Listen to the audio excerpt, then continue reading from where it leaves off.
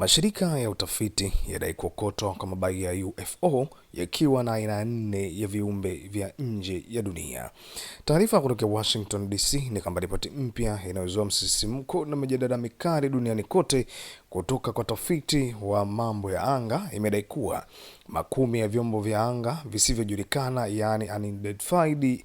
flying objects, vilivyoanguka vimefanikiwa kuokotwa vikiwa na miili ya viumbe kutoka sayari nyingine wakifahamika kwa jina la aliens. Ufichuzi huo mzito unaenda mbali zaidi na kubainisha kuwa viumbe hao waliotembelea dunia wanatoka katika makundi 4 tofauti ya viumbe wa anga kulingana na maumbile yao.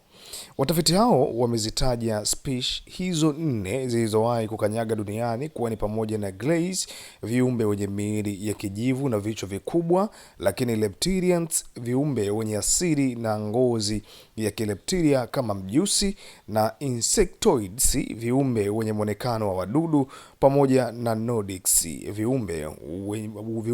warefu wenye muonekano unaofanana sana na binadamu wa jamii ya kizungu. Madai haya yanatajwa kuwa changamoto kubwa kwa mashirika ya kiserikali ambayo yamekuwa yakifanya siri kubwa juu ya uwepo wa viumbe hawa na teknolojia zao hapa duniani.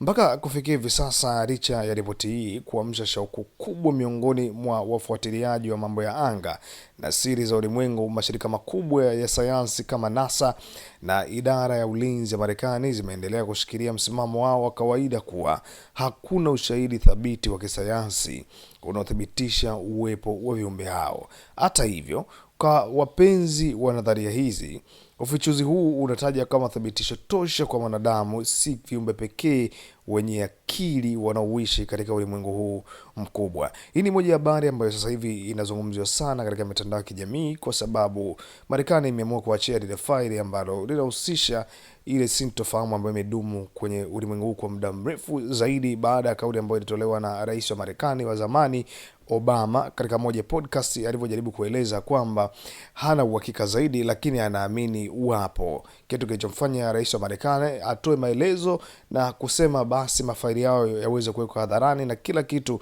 kiweze kujulikana na kila mtu.